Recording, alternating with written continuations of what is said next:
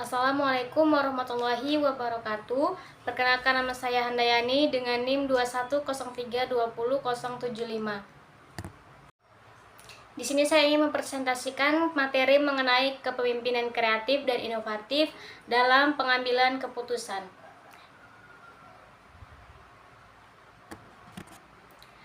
Kepemimpinan dalam konteks kreativitas adalah kemampuan seseorang pemimpin untuk mendorong dan mengelola ide-ide baru, inovasi, serta memberikan solusi kreatif yang membawa dampak positif bagi organisasi.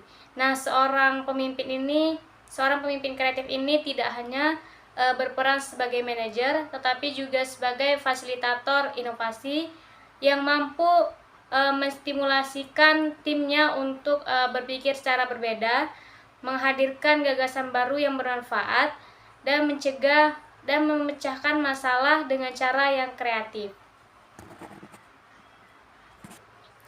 Kreativitas dalam kepemimpinan menciptakan hasil yang baru, berguna, dan dapat dimengerti, yang berdampak signifikan terhadap perkembangan organisasi.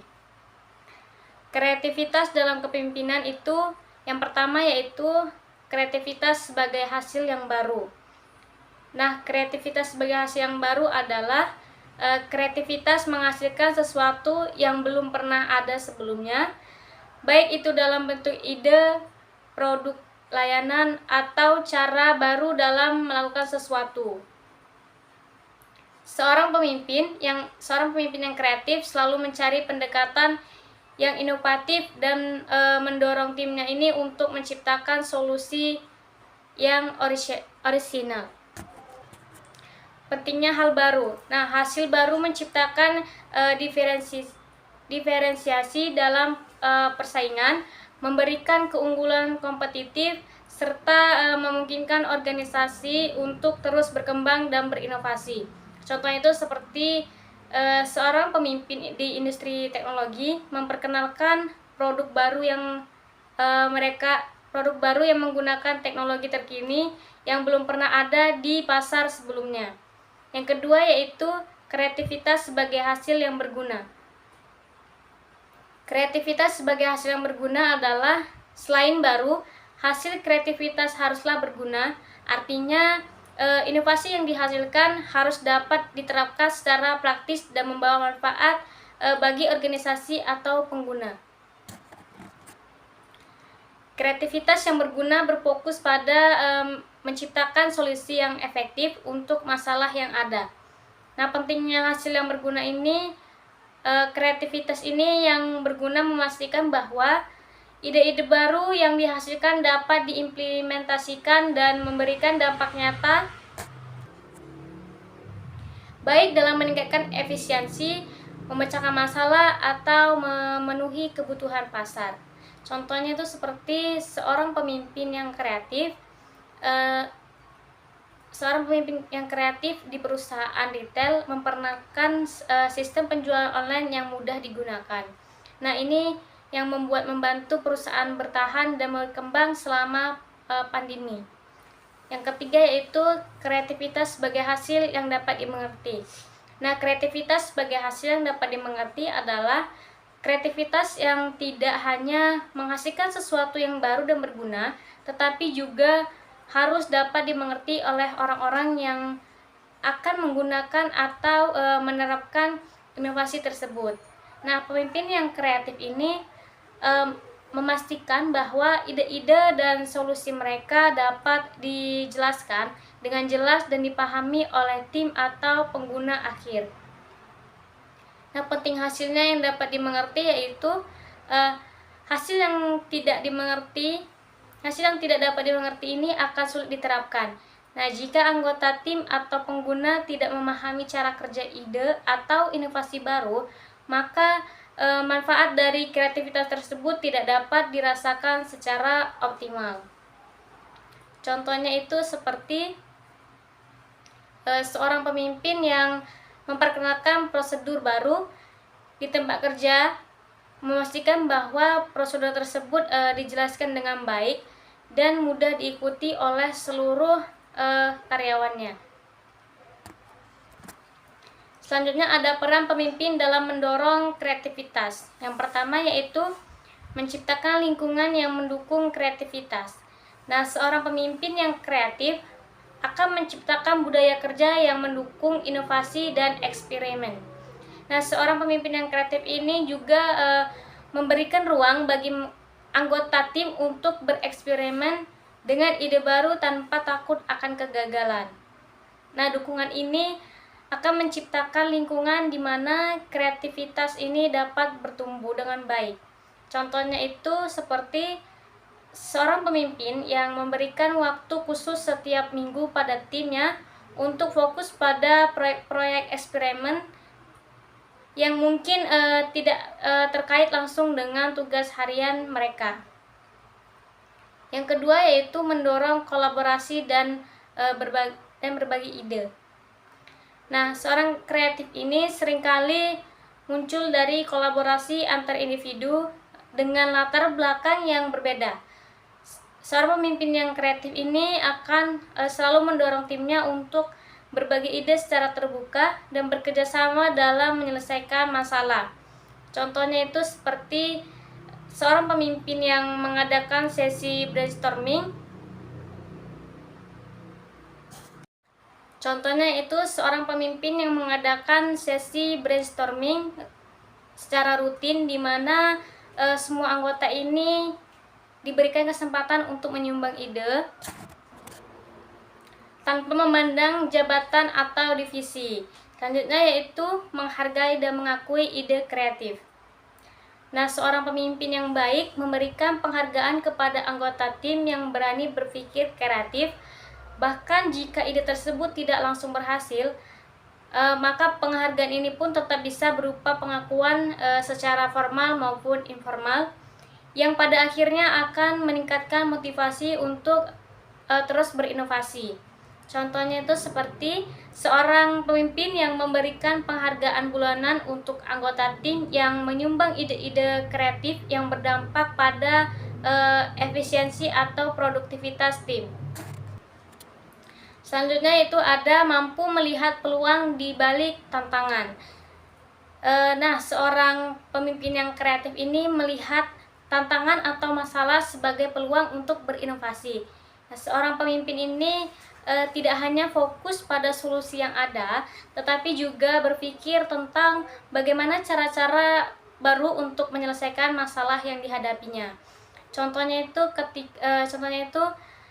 ketika seseorang pemimpin ini menghadapi krisis atau perubahan mendadak, nah, pemimpin yang kreatif ini akan mencari peluang untuk menciptakan produk baru atau memperbaiki proses kerja yang ada. Selanjutnya yaitu ada manfaat kepemimpinan kreativitas dalam organisasi. Yang pertama yaitu inovasi produk dan layanan. Nah, pemimpin yang kreatif mendorong timnya untuk menghasilkan produk atau layanan yang tidak hanya mengikuti tren, tetapi juga menerapkan standar baru di pasar. Nah, inovasi ini membuat organisasi tetap relevan dan kompetitif.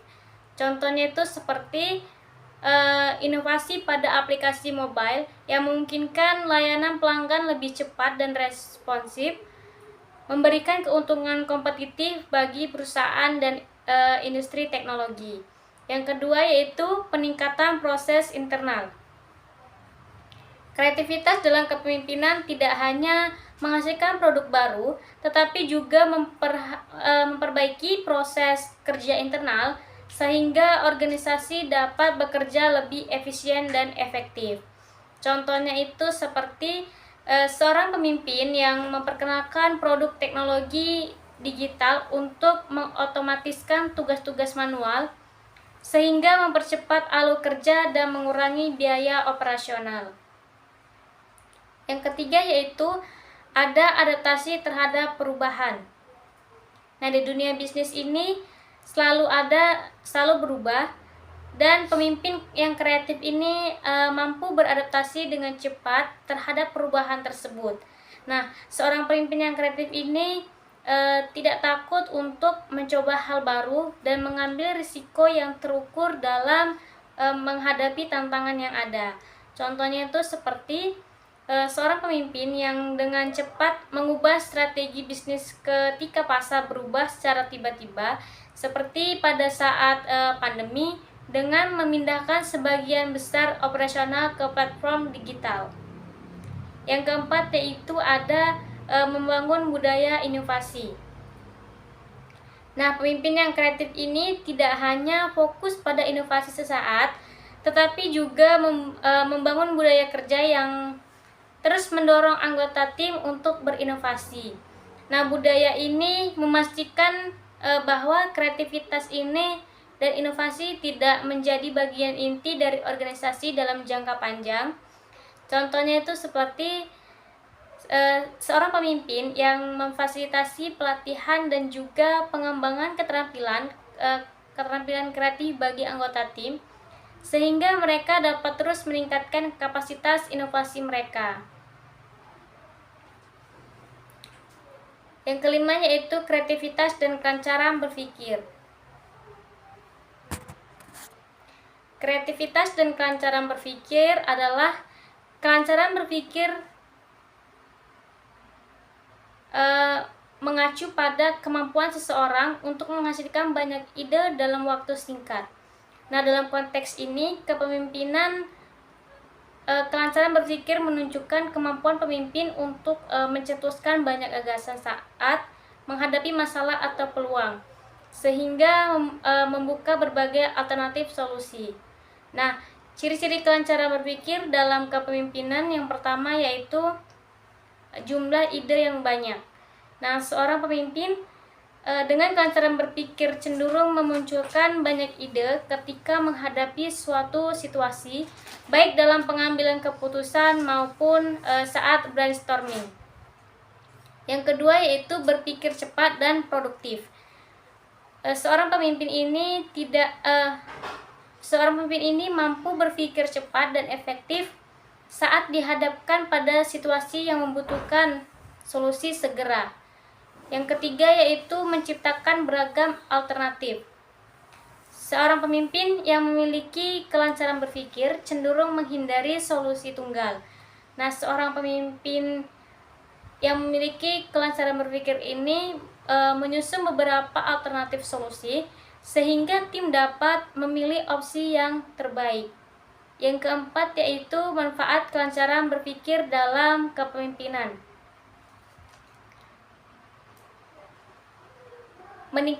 Yang pertama meningkatkan kemampuan berinovasi.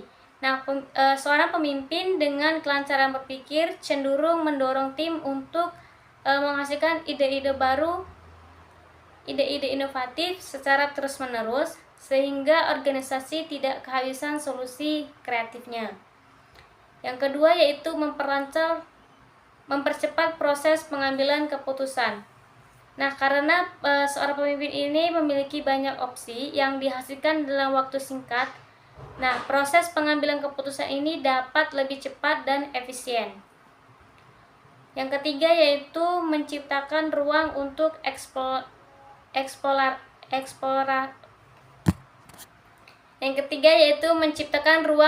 eksplorasi. Nah, kelancaran berpikir membuat ruang bagi seorang pemimpin dan tim untuk mengeksplorasi berbagai pendekatan dalam menyelesaikan masalah. Contoh kelancaran berpikir dalam kepemimpinan seperti seorang pemimpin pemasaran yang saat brainstorming menghasilkan berbagai ide kampanye kreatif dalam waktu singkat, seperti kampanye media sosial, iklan digital, dan kolaborasi influencer, sehingga tidak memiliki banyak pilihan strategi pemasaran. Yang keempat yaitu kreativitas dan keluasan berpikir. Kreativitas dan keluasan berpikir itu adalah kemampuan seseorang untuk beradaptasi dengan situasi yang berbeda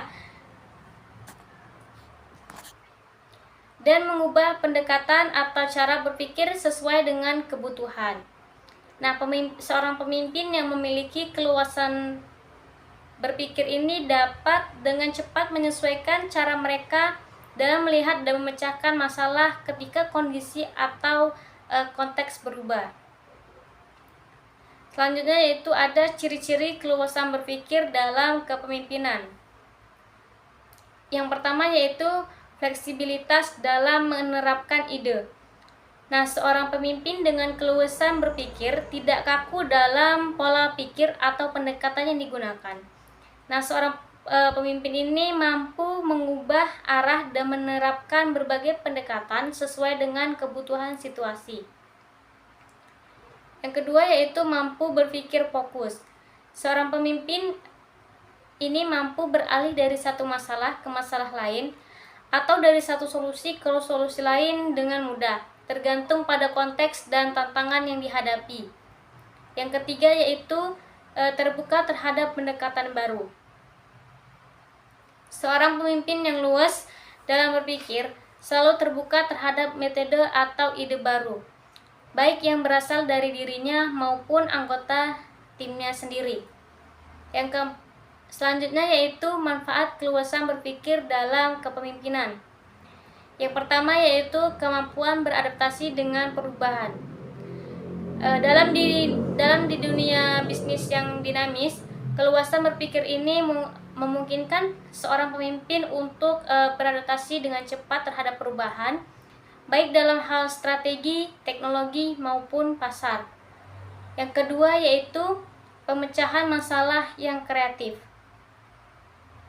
Dengan keluasan berpikir, pemimpin tidak terbatas pada solusi tradisional atau yang sudah ada.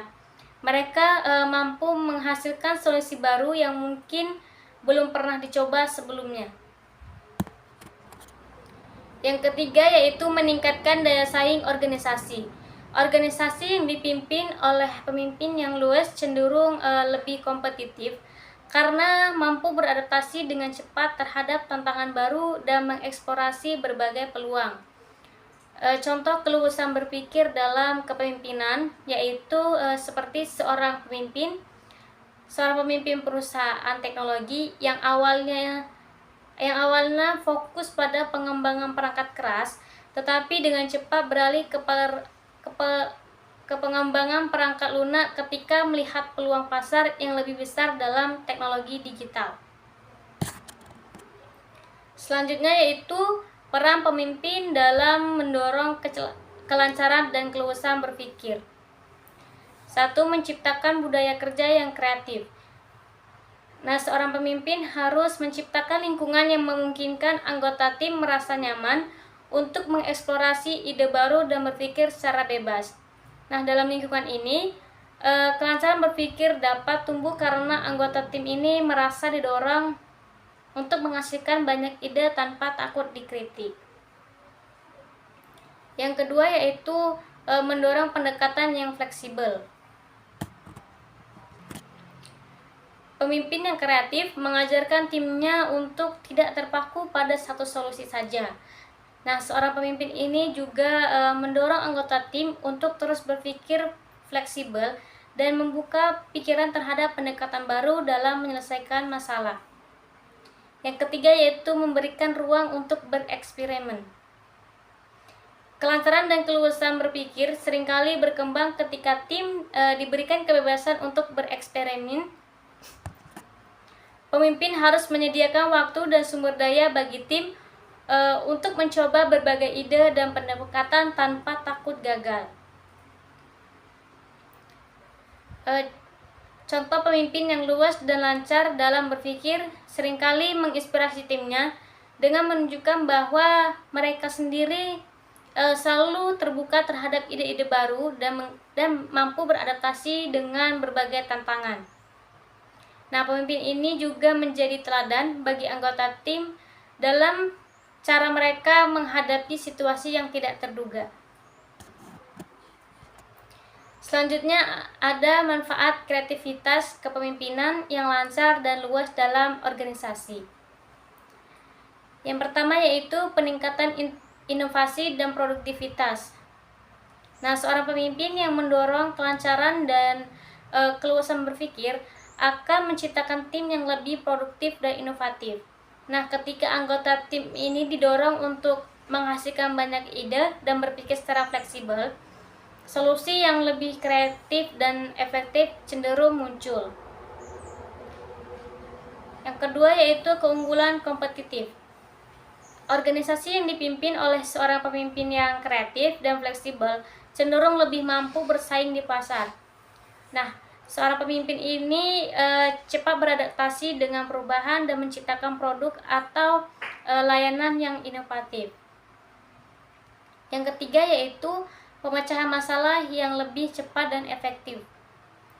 Nah, ketika seorang pemimpin dan timnya memiliki kelancaran berpikir, masalah yang dapat diselesaikan lebih cepat karena ada banyak opsi yang bisa dipertimbangkan.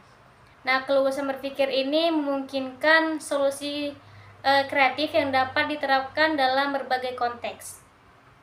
Yang keempat yaitu meningkatkan keterlibatan tim.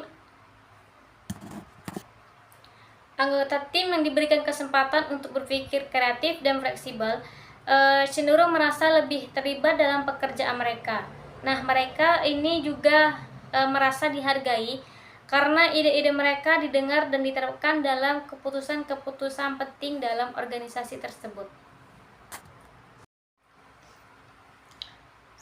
Selanjutnya yaitu kondisi internal yang mendorong seseorang untuk berkreasi.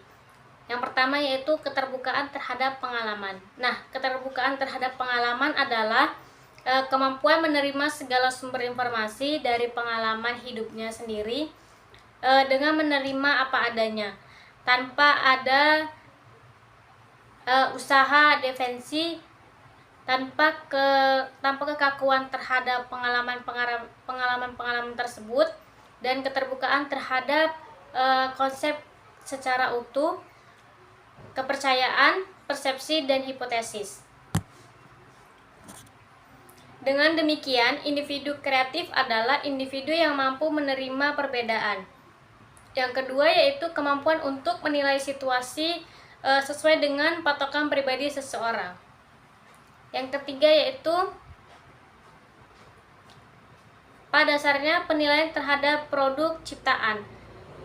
Produk ciptaan seseorang terutama ditentukan oleh diri sendiri, bukan karena kritik dan pujian dari orang lain. Walaupun demikian, individu tidak tertutup dari kemungkinan masukan dan kritikan dari orang lain atau bermain dengan kemampuan untuk bereksperimen. Pemimpin inovatif adalah individu yang mampu menciptakan, mendorong, dan memelihara budaya inovasi dalam organisasi. Nah, mereka ini tidak hanya fokus pada apa yang ada saat ini, tetapi juga pada bagaimana membuat perubahan dan memanfaatkan peluang baru untuk menghasilkan nilai tambah bagi organisasi. Pemimpin yang inovatif mampu menghadapi tantangan dengan ide-ide baru, strategi kreatif, dan pendekatan yang berbeda, sehingga membawa kemajuan dalam lingkungan kerja mereka. Inovasi ini sangat penting dalam lingkungan bisnis yang terus berubah. Kepemimpinan inovasi bukan hanya tentang kemampuan menciptakan ide-ide baru, tetapi juga kemampuan untuk mengimplementasikannya secara efektif. Cara menjadi pemimpin yang inovatif. Yang pertama yaitu mendorong budaya eksplorasi dan eksperimen. Pemimpin inovatif tidak takut gagal dan mendorong timnya untuk mencoba hal-hal baru. Nah, dengan ini memberikan ruang bagi tim untuk bereksperimen, namun mereka dapat menemukan solusi kreatif yang mungkin tidak terlihat dalam metode tradisional.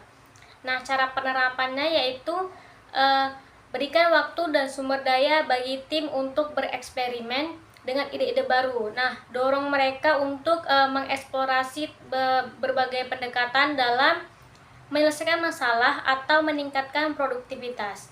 Yang kedua yaitu bersikap terbuka terhadap ide dan perspektif baru. Nah, seorang pemimpin yang inovatif ini selalu terbuka terhadap ide dan berbagai sumber, baik dari dalam maupun dari luar organisasi. Nah, seorang pemimpin ini mendengarkan umpan balik, mendorong kolaborasi dan mengadopsi pendekatan yang berbeda dengan kebiasaannya.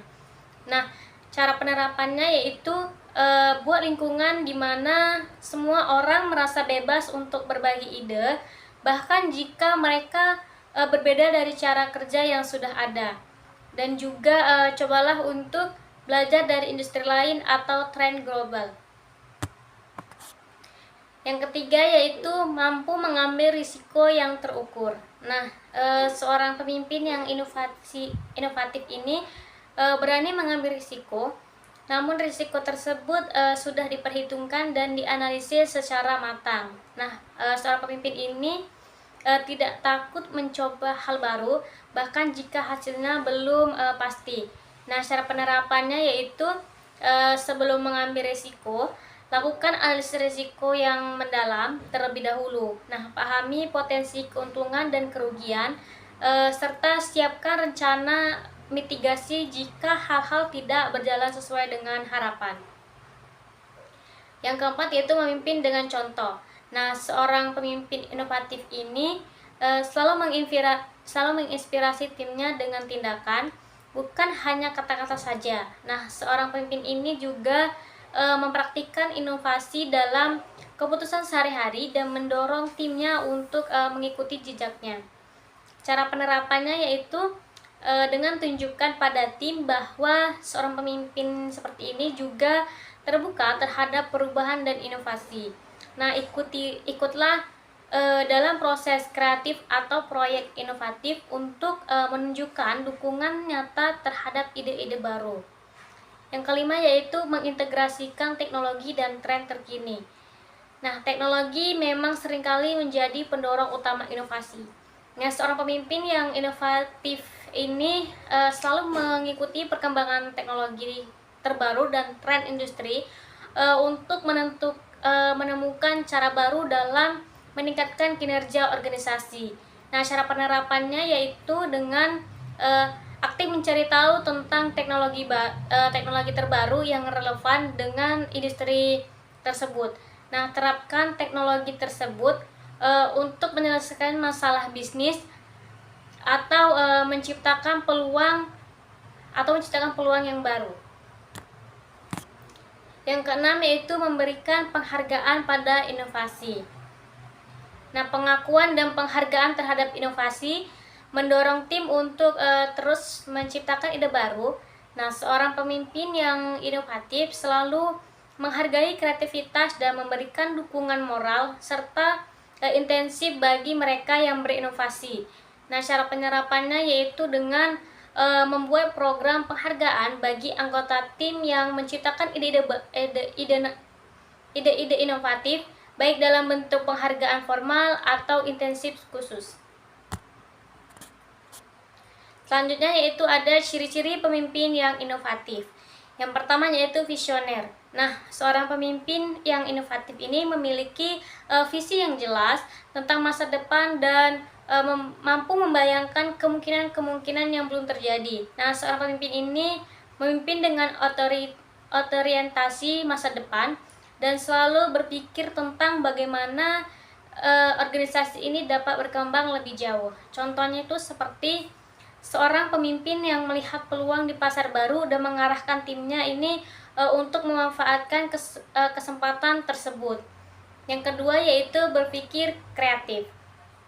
Nah, seorang pemimpin ini yang berpikir kreatif terus mencari cara-cara baru untuk meningkatkan kinerja, menyelesaikan masalah, dan menciptakan peluang. Nah, berpikir kreatif ini akan membantu mereka menemukan solusi di luar metode konvensional.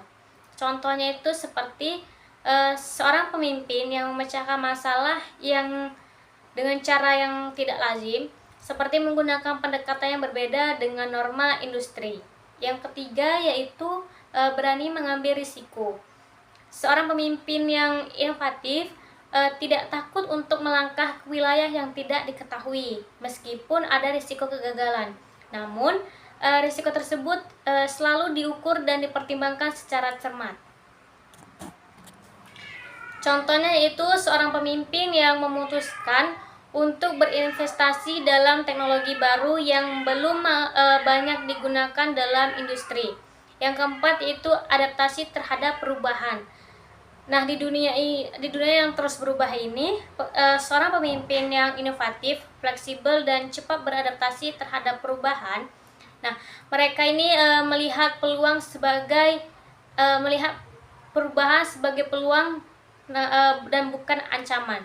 Contohnya itu seperti seorang pemimpin yang dengan cepat menyesuaikan strategi bisnis saat terjadi pergeseran tren pasar. Yang kelima yaitu mendorong kolaborasi. Nah, seorang pemimpin yang inovatif ini menghargai kolaborasi dan mendorong timnya ini untuk bekerja sama.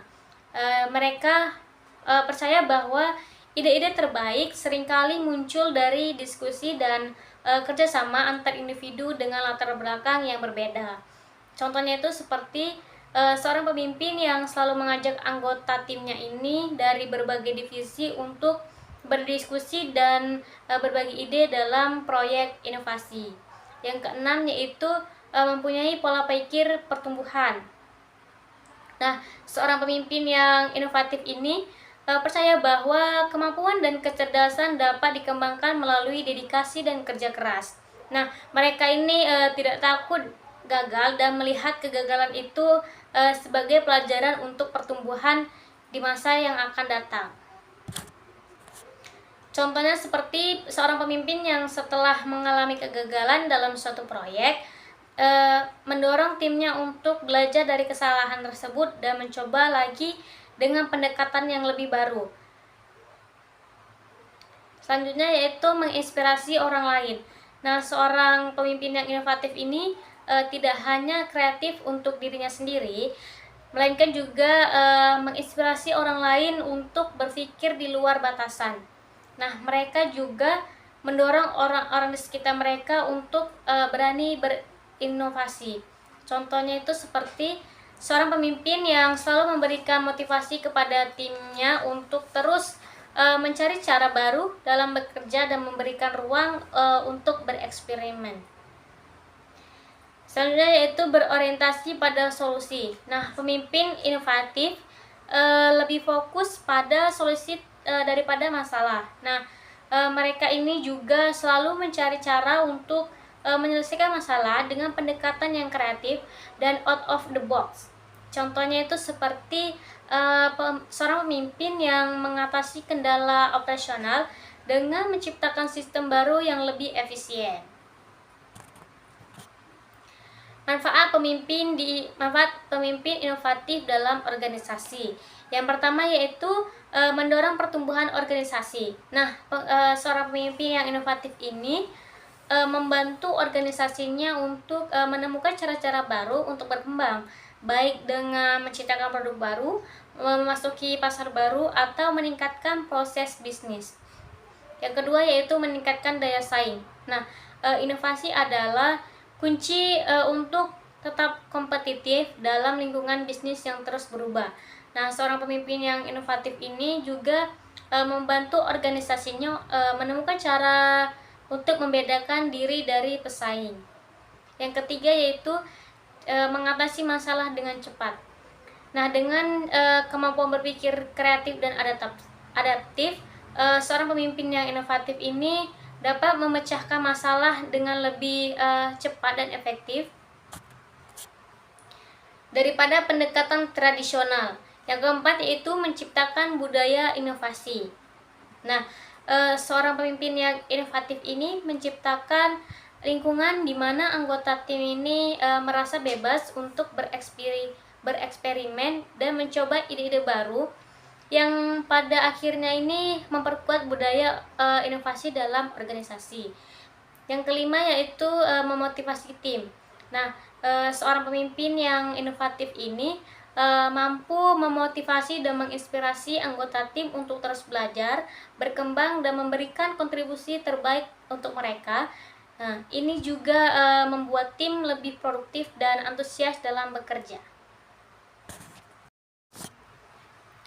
Selanjutnya yaitu pengambilan keputusan secara efektif. Nah, kepemimpinan dalam pengambilan keputusan memainkan peran penting dalam menentukan arah organisasi. Nah, pemimpin yang efektif harus mampu membuat keputusan dengan cepat dan namun tepat, mempertimbangkan berbagai aspek untuk mencapai tujuan jangka pendek dan jangka panjang. Nah, pengambilan keputusan yang efektif ini tidak hanya berdasarkan insting, tetapi juga melibatkan analisis mendalam, mempertimbangkan risiko, dan pemahaman tentang dampak keputusan tersebut bagi tim dan organisasi. Nah, hakikat dalam pengambilan keputusan. Nah, pengambilan keputusan adalah proses memilih alternatif terbalik dari serangkaian opsi yang tersedia untuk mencapai hasil yang diinginkan. Nah, keputusan ini bersifat strategis atau jangka panjang, maupun operasional atau jangka pendek. Nah, proses pengambilan keputusan adalah esensi dari kepemimpinan karena setiap keputusan akan mempengaruhi perkembangan dan keberhasilan organisasi. Selanjutnya yaitu elemen utama dalam pengambilan keputusan. Nah, tujuannya itu keputusan harus memiliki tujuan yang jelas untuk memberikan arahan dan fokus. Nah, alternatifnya itu seperti seorang pemimpin perlu mengidentifikasi berbagai alternatif solusi sebagai memilih yang terbaik. Nah, analisisnya itu bisa juga menganalisis konsekuensi setiap alternatif untuk memahami dampaknya. Selanjutnya itu ada implementasi. Nah, menerapkan keputusan dengan tepat untuk mencapai tujuan yang diinginkan. Selanjutnya itu ada umpan balik. Nah, umpan balik ini juga mengukur hasil keputusan untuk mengetahui efektivitasnya dan melakukan perbaikan jika diperlukan. Selanjutnya itu ada materi tentang pentingnya kepemimpinan dalam pengambilan keputusan. Nah, pengambilan keputusan yang efektif ini membutuhkan kepemimpinan yang kuat karena pemimpin ini mengontrol proses keputusan. Nah, pemimpin menetapkan arah dan prioritas serta memastikan bahwa proses pengambilan keputusan ini berjalan secara sistematis dan berdasarkan data. Yang kedua yaitu meningkatkan kolaborasi. Nah, seorang pemimpin ini mengintegrasikan masukan dari berbagai pihak untuk menghasilkan keputusan yang lebih baik sehingga melibatkan seluruh tim ini dalam proses pengambilan keputusan. Yang ketiga yaitu mengelola risiko. Nah, seorang pemimpin mampu menganalisis risiko dari setiap keputusan dan mengambil langkah untuk memitigasi potensi kerugian. Yang keempat yaitu pengambilan tindakan tepat. Nah, setelah tadi keputusan diambil, seorang pemimpin juga harus memastikan implementasi berjalan efektif dan mengarahkan dan memotivasi timnya. Yang kelima yaitu membangun kepercayaan. Nah, kepemimpinan yang efektif ini dalam pengambilan keputusan menciptakan kepercayaan dari anggota tim karena mereka tahu bahwa keputusan yang diambil ini sudah berdasarkan analisis yang baik dan adil. Selanjutnya itu ada tahapan pengambilan keputusan secara efektif. Nah, pengambilan keputusan yang efektif ini mengikuti serangkaian tahapan yang membantu pemimpin untuk mencapai hasil yang optimal. Tahapan yang pertama yaitu identifikasi masalah atau kesempatan. Nah, identifikasi masalah atau kesempatan ini adalah langkah pertama dalam pengambilan keputusan dengan mengidentifikasi dengan jelas masalah yang dihadapi atau peluang yang diinginkan. Nah, seorang pemimpin ini juga perlu memahami secara mendalam akar masalah atau tujuan yang diinginkan pemimpin ini. Contohnya yaitu jika seorang tim mengalami penurunan produktivitas, nah seorang pemimpin ini harus menentukan apakah masalah terkait dengan keterampilan, alat kerja, dan motivasi. Yang kedua yaitu pengumpulan informasi. Nah, pengumpulan informasi ini adalah setelah tadi masalah teridentifikasi, seorang pemimpin ini juga perlu mengumpulkan informasi yang relevan. Nah, inovasi ini bisa berupa data statistik, pendapat dari para ahli, atau umpan balik dari anggota tim. Contohnya itu seperti jika masalah adalah penurunan produktivitas, maka seorang pemimpin ini juga bisa mengumpulkan data kinerja karyawan, mengadakan wawancara dengan staf, dan membandingkan kinerja sebelumnya. Yang ketiga yaitu identifikasi alternatif solusi. Nah, identifikasi alternatif solusi ini adalah langkah berikutnya yang dengan mengidentifikasi berbagai alternatif solusi yang bisa diambil. Nah, semakin banyak alternatif yang dihasilkan, maka semakin besar juga kemungkinan menentukan solusi terbaik.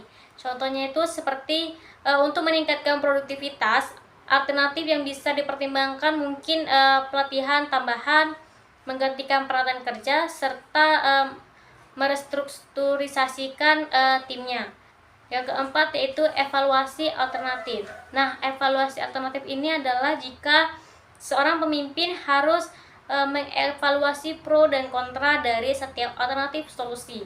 Nah, evaluasi ini juga melibatkan pertimbangan tentang dampak setiap keputusan, biaya yang terkait, sumber daya yang diperlukan, serta risiko yang mungkin terjadi.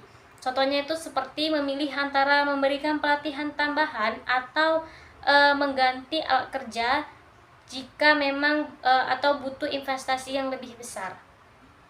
Yang kelima yaitu memilih alternatif terbaik. Nah, memilih alternatif terbaik ini adalah berdasarkan evaluasi yang telah dilakukan, pemimpin harus memilih alternatif yang memberikan hasil terbaik dengan risiko yang tepat dikelola. Contohnya itu seperti seorang pemimpin yang memutuskan untuk memberikan pelatihan tambahan karena lebih efisien dalam jangka pendek dan akan segera meningkatkan produktivitas timnya. Yang keenam yaitu implementasi keputusan. Nah, implementasi keputusan ini adalah setelah tadi kita sudah mengambil keputusan diambil, langkah berikutnya adalah mengimplementasikannya. Nah, seorang pemimpin juga harus memastikan bahwa rencana tindakan dijalankan dengan baik, melibatkan tim yang relevan, dan memberikan arahan yang jelas. Contohnya yaitu seperti seorang pemimpin yang mengorganisasi jadwal pelatihan, memastikan staf mendapat pelatihan yang dibutuhkan, dan menyediakan sumber daya yang diperlukan. Yang ketujuh yaitu pemantauan dan evaluasi keputusan. Nah, pemantauan dan evaluasi keputusan ini adalah setelah tadi kita sudah mengimplementasikan. Nah, penting bagi seorang pemimpin ini untuk memantau hasil dari keputusan yang telah diambil. Nah, evaluasi ini dilakukan untuk menentukan apakah keputusan tersebut mencapai tujuan yang diinginkan dan mengidentifikasi perbaikan yang diperlukan. Contohnya itu seperti seorang pemimpin yang mengevaluasi apakah nih pelatihan tambahan telah meningkatkan produktivitas dengan memonitor kinerja setelah pelatihan dilakukan. Ciri-ciri pemimpin yang efektif dalam pengambilan keputusan, yang pertama yaitu berpikir analitis. Nah, seorang pemimpin yang baik mampu menganalisis data dan menginformasi secara mendalam sebelum membuat keputusan. Nah, seorang pemimpin ini juga mampu mempertimbangkan sebuah faktor yang mungkin mempengaruhi hasil keputusan. Yang kedua yaitu mampu mengambil risiko yang terukur. Nah, seorang pemimpin yang efektif tidak takut nih mengambil risiko, namun selalu memastikan bahwa risiko tersebut ini diperhitungkan dengan cermat. Yang ketiga yaitu berorientasi pada solusi. Nah, seorang pemimpin yang baik ini tidak hanya fokus pada masalah, tetapi juga cepat dalam menentukan solusi dan strategi untuk menyelesaikan masalah tersebut. Yang keempat yaitu terbuka terhadap masukan. Nah, seorang pemimpin ini menerima dan menghargai masukan dari orang lain, baik dari anggota tim, rekan kerja, atau ahli eksternal sebelum membuat keputusan penting. Yang kelima yaitu tegas dan konsisten. Nah, seorang pemimpin yang efektif ini mampu mengambil keputusan secara tegas dan tanpa ragu-ragu, serta konsisten dalam mengimplementasikan keputusan tersebut. Yang ketujuh yaitu ada fleksibel. Nah, meskipun tegas, pemimpin yang efektif juga mampu menyelesaikan keputusan yang mereka ambil jika situasi berubah atau muncul informasi yang relevan. Selanjutnya itu ada manfaat pengambilan keputusan yang efektif dalam kepemimpinan. Yang pertama yaitu peningkatan efisiensi organisasi keputusan yang dapat membantu organisasi bekerja lebih efisien, menghindari pemborosan sumber daya, dan mencapai hasil yang diinginkan dengan lebih cepat. Yang kedua yaitu meningkatkan kinerja tim.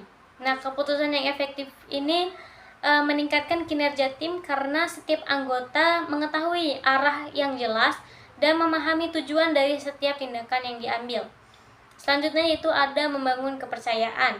Nah, tim cenderung lebih percaya kepada pemimpin yang mampu membuat keputusan yang baik dan tepat waktu, yang pada akhirnya memperkuat kerjasama dan keterlibatan tim, mengurangi risiko kesalahan. Nah, proses pengambilan keputusan yang baik membantu pemimpin ini meminimalkan risiko kesalahan karena mereka telah mempertimbangkan semua faktor yang relevan sebelum membuat keputusan. Selanjutnya yaitu faktor yang mempengaruhi pengambilan keputusan. Nah, faktor-faktor yang harus diperhatikan dalam menjelaskan faktor-faktor yang berpengaruh dalam pengambilan keputusan adalah jenis kelamin pria atau wanita, peranan pengambilan keputusan, dan keterbatasan kemampuan. Nah, dalam pengambilan suatu keputusan individu dipengaruhi oleh 3 faktor utama. Yang pertama yaitu faktor yang mempengaruhi pengambilan keputusan. Yang pertama yaitu nilai individu pengambilan keputusan.